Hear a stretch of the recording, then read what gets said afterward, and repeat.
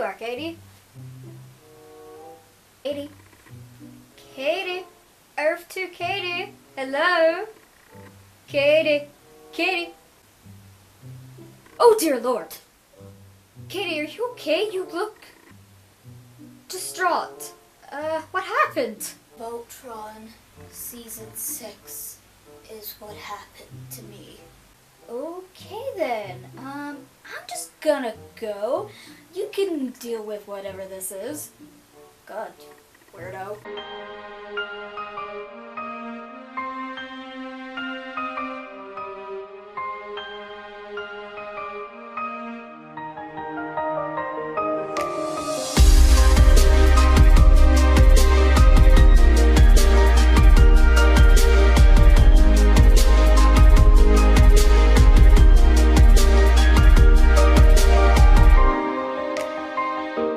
Hey, it's me.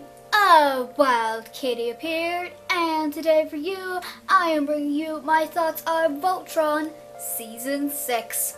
Yes, so obviously before this video started, I had a little skit there. I hope you enjoyed it because I do feel that's how all of us feel after watching Season 6. Because yikes, this was a season and a half to say the least. Like, I have to say, like, the tweet that we got earlier was not wrong about what it had to say. But, yeah. Okay, guys, obviously before I start talking about Season 6, of course, there will be spoilers in this video. If you have not watched Voltron Season 6 yet, I'd highly recommend that you do, and then come back to this video, and we can all have a discussion on how we feel about this season. So, yeah, anyways, my god, like, I don't really even know where to begin of, like, how much stuff actually happened in Season 6, and it's just, oh my god. Okay, so I'm gonna start off with the light stuff first, like the stuff that I'm, just the really light-hearted stuff that we got in the first few episodes. And obviously, in episode 1, we got to see Hunk taking charge and getting time spent on him, and I'm like, yes! Give it to us! Give us more! Yes, I'm really happy that we got some Hunk love this season, because the boy deserves it.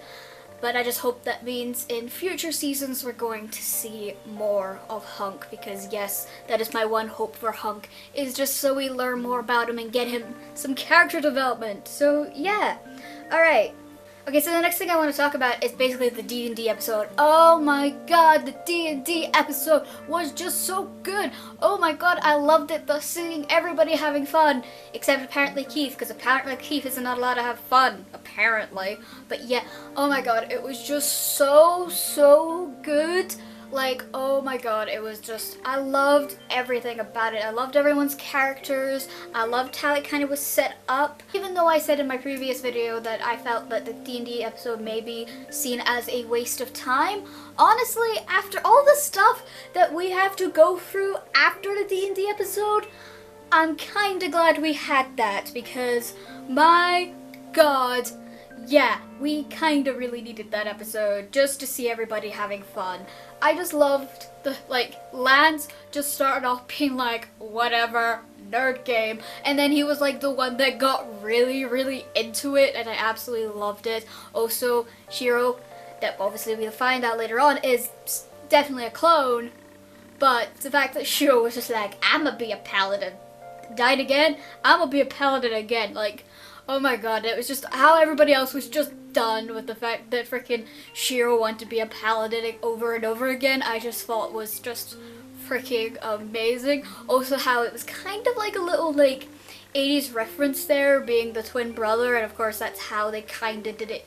Like, if you didn't know, like in Voltron's the 80s version, Sven, who is basically, Shiro in the 80s version, died really earlier on, but in the English, dub, he was sent to Space Hospital. In the later seasons, he comes back, and it's like, oh, I'm back from Space Hospital, but if you look in the Japanese dub, it was actually just Sven's older brother. But yeah, it was just so... again, I loved the D&D episode. It was amazing. Everyone looked great. It was a fun episode. So yeah. Alright, and now we're gonna get into the stuff. Oh boy, here we go, guys. Keith is there with his mom, and To be honest, I thought Keith was going to literally be really, really angry at Corellia. I thought he was literally going to explode with anger because that is Keith. I think he still would be really angry, but they kind of just was like, he was kind of like, whatever.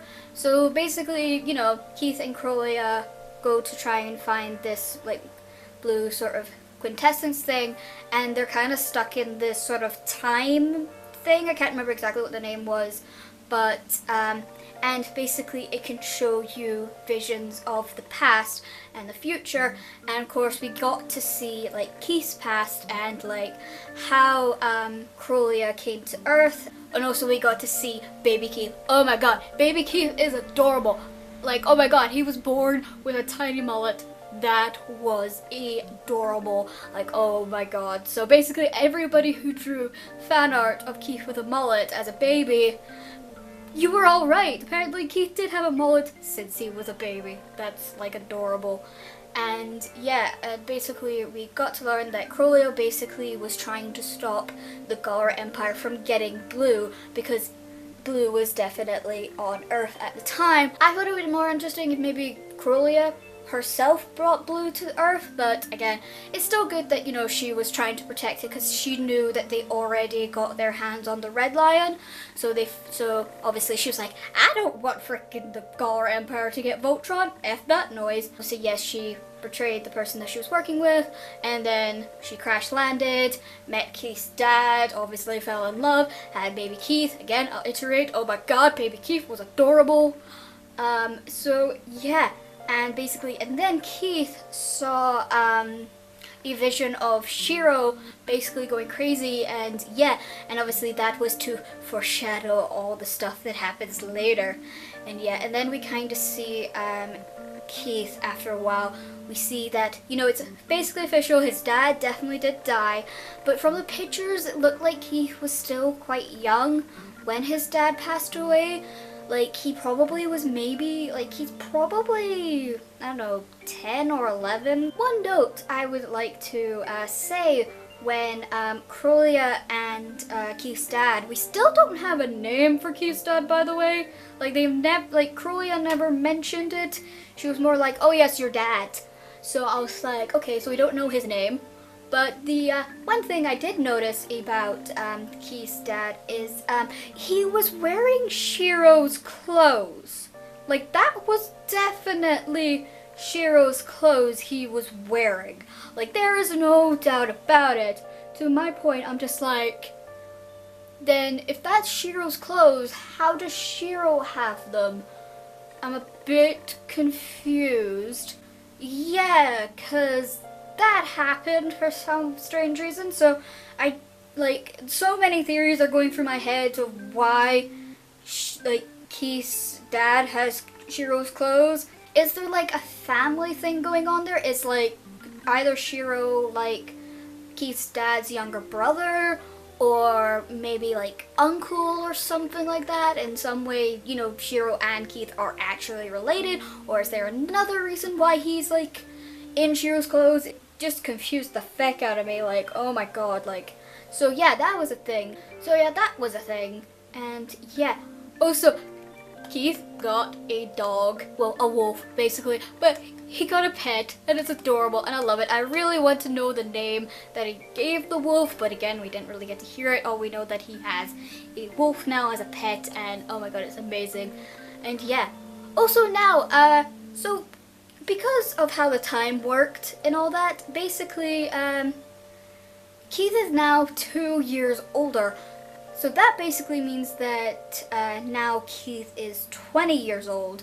And so he's had time to learn and mature to the point where, you know, back in like season 3, you were like, maybe this dude shouldn't be leader.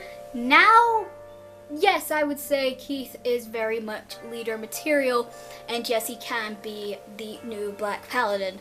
But yeah, and oh my god, and also we learned that yes, I think everybody knew that pretty much there was no way that all Oteans were dead. It just didn't make any sense that yes, we have Martean. We know that Romel is a thing, and basically she looks very much like what 80s Allura looked like, which I think makes sense because back in the 80s one, Romel did look a lot like obviously 80s Allura because they look the same because apparently they were cousins or something. In this, I doubt this Allura and like Romel are related in any way. They're probably just the only relation they have is that they're both Alteans. But yes, so yeah, that is the thing. And of course we learned that, yes, I was right not to trust Lotor because I did not trust him as far as I could throw him because yes, we learned that you do not trust Lotor because dang, yeah, so basically he was harboring up Alteans and using their life force to basically get what he wants, and oh my god, it was Jesus boy, like yeah, knew not to trust the dude, but again, Allura fell for him, and then we got that kiss, and it was like of course we learned that whole thing, and I'm pretty sure everybody like watching like season 6 when that episode happened, we saw Allura kiss Lotor, we were like, girl no, girl no, girl no, because oh my god, yes, so all that went down, and then of course, clone Shiro theory is confirmed. He was a clone after all. He basically kidnapped Lotor and was sending him over to Hagar. She basically now can make herself look more like Hernerva now and stuff like that, so yeah. And of course, you know, Keith comes back and he's, you know, 2 years older, he's taller, and even Lance is like, did he get bigger? Also, the Clant shipper in me just loves the fact that when he was on like screen, like Lance was just like took like 6 seconds to respond because he was just looking at Keith. Again, I'm a Clan shipper, I'll take what I can get. And they had the whole chasing clone Shiro of everybody because Keith is now back in the Black Line and they're all after it. And again, Keith being such an amazing leader now because he's matured and it's so amazing and I love it. And it's just, oh my god, it's so amazing. And then basically we have the bit where they realized that a wormhole is open, so we gathered that obviously Hagar made it. Of course, she now has the powers that Allura has. So, and of course then Keith tells everyone to split from Voltron so that he can reach the wormhole.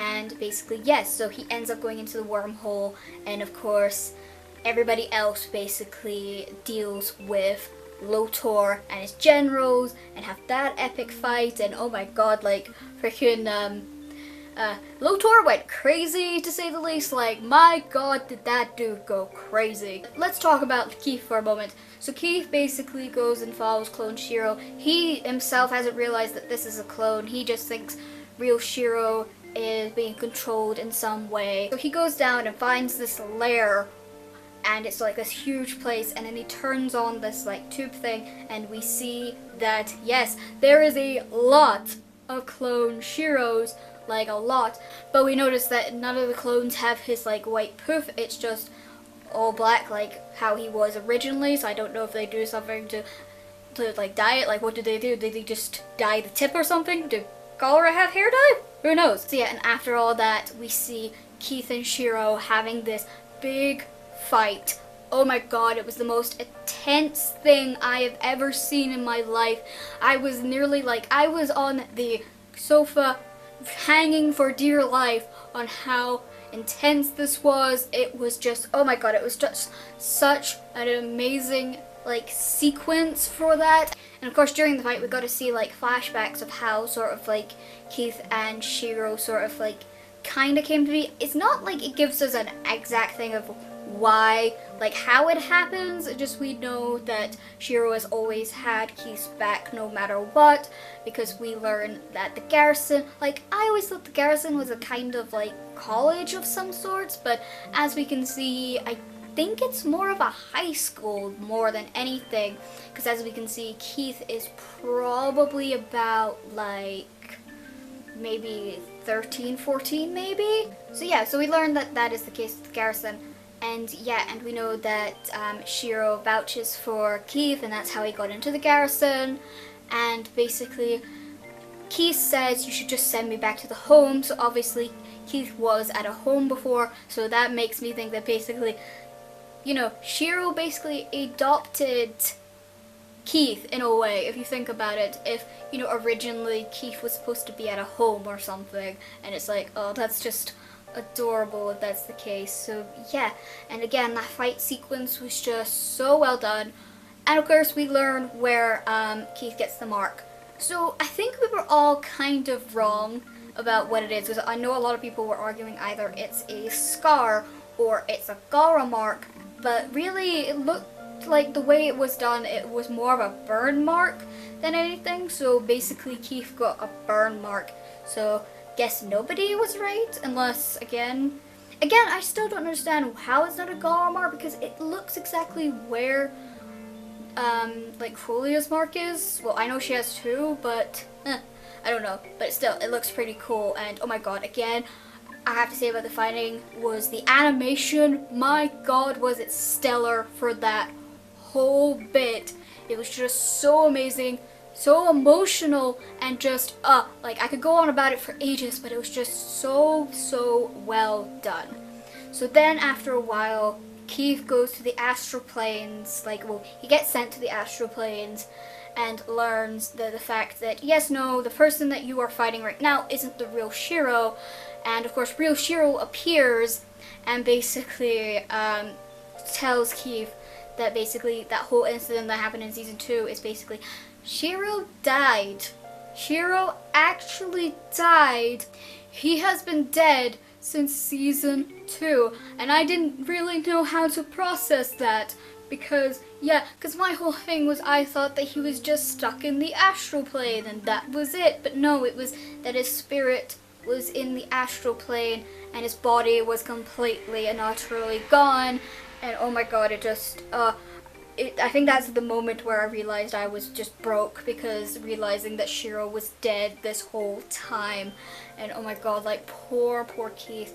And then basically, after that, like, Keith takes the clone Shiro with him, and then he's back in the Black Lion, and he contacts everyone, trying to tell him that he's on his way.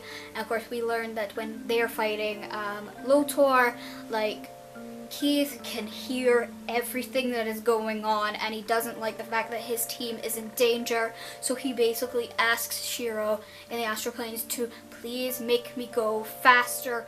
Please, I need to get to them. And of course Shiro hears his call and freaking huge wings happen, and then he reaches everybody, and then they're able to form Voltron and try and fight Lotor, who basically ends up making his own version of Voltron. And basically Allura kept saying to herself, oh no, I helped him build this, it is my fault. Like, she was feeling really down about it. And of course then eventually they were able to basically send Lotor into the astral planes and basically be able to defeat him. I think very much, I don't know if Lotor is dead. That's the thing. Is he dead, or is he just stuck there? Like, is that the case? Because I feel like that's probably going to be the case. That Lotor probably isn't dead. He's just obviously in the astral plane and probably maybe meets up with the Rift Monster, and maybe something will happen there. So after they get out, they realize when Lotor was basically zooming past, he was basically making a rip into time and space, basically, to basically make him go all that fast, and the holes were basically breaking apart the whole universe. So obviously they had to do something, and basically they found out the only reason they're going to be able to save everyone is basically by giving up their home, as in the Castle of Lions. Of course, you know, Lance had to get Coltonegger, obviously, so everybody can rest easy that Coltonegger is okay. And then obviously they come to a stop where they could be. Basically they learned about what happened with Clone Shiro, and Lance feels really bad that he didn't pick it up as soon as he should have, because he should have realized sooner. And then basically they realized what they didn't know what they were going to do. All they knew that is that Shiro was in, well, Spirit was in the Black Lion. So they basically ended up making Allura absorb like Shiro's spirit and then put it back in this clone body, and then Shiro came back with white hair. So they basically became Shiro. I don't know if you really get that joke. because Shiro means white in Japanese. But yeah, so that happened. And then they end off with saying, we're going home. So they're going back to Earth. And then after all of that happens, I realize Shiro is back. Our real Shiro is back, and I'm so happy, even though it's like, why is all of his hair white? Is it because of Allura? Who knows? But yeah, so then obviously they all decide, well, what are we gonna do now? Our home was basically destroyed. So then they decided to go back to Earth. They're going back to Earth, which I'm really, really excited about. Like, I can't wait to meet Lance's family, like Hunk's family, maybe get to see what Pidge's mom is like. So yeah, I'm really happy about how it all turned out. So one of the things I want to talk about is basically something that's happening with Lance, and I'm worried that Lance is going to be basically a rebound for Allura after all the stuff that's happened between her and Lotor. I don't want that for Lance. Lance does not deserve that. He's always been second place throughout everything that he's done. You know, he was always second to Keith. He was, you know, second to, you know, being the Red Lion. It just was not fair to him, and I feel like if they go down this route, he'll basically be second to Allura, and I feel like that's not fair. Again, yes, I'm a clan shipper, but if they do decide to end, like if they do decide that Lance and Allura are endgame, I don't want it to happen so soon that the fact that Lance is considered a rebound for her, because it's just not fair to Lance at all. I don't want Lance to be a rebound out of anything. I'd much rather if their relationship grew to a point where, you know, Allura's feelings for Lotor are completely gone. Because yes, she was mad at him and she threw him, but her feelings for Lotor, there's probably still a side of her that still likes Lotor, so I doubt that they're gone completely yet. And I just feel like Lance would become a rebound, and I don't want that for him at all. So yeah, that's just my one worry. And also, I keep seeing theories about Lance's family being dead, or the fact that maybe his mom is dead, because apparently, like in 80s Voltron, like 80s Lance said that something about like the Galar Empire killed his family. I don't know if that's true, but that's what I keep hearing from everybody else. So yeah, I'm real worried. But yeah, all I can say now is, yo, where's season 7 at? I need it. Like, we're probably not getting the date for a really long time, but yes, oh my god, again, I have to give this season like a 5 out of 5. It was just so good. Yes, there were things that kind of bothered me, but any other thing, this season was solid. It was good. Well done, DreamWorks. Well done to the writers. Well done to the animators, the voice actors, anyone who worked on Voltron. He did a really good job this season. But yeah, that is my thoughts on season 6. Tell me down in the comments, what are your thoughts on season 6? Did you love it? Did you hate it? Are you as broken as I am? Probably. But yeah, anyways, I hope you enjoyed this video. Remember to like and subscribe for more fandom content than you can shake a stick at.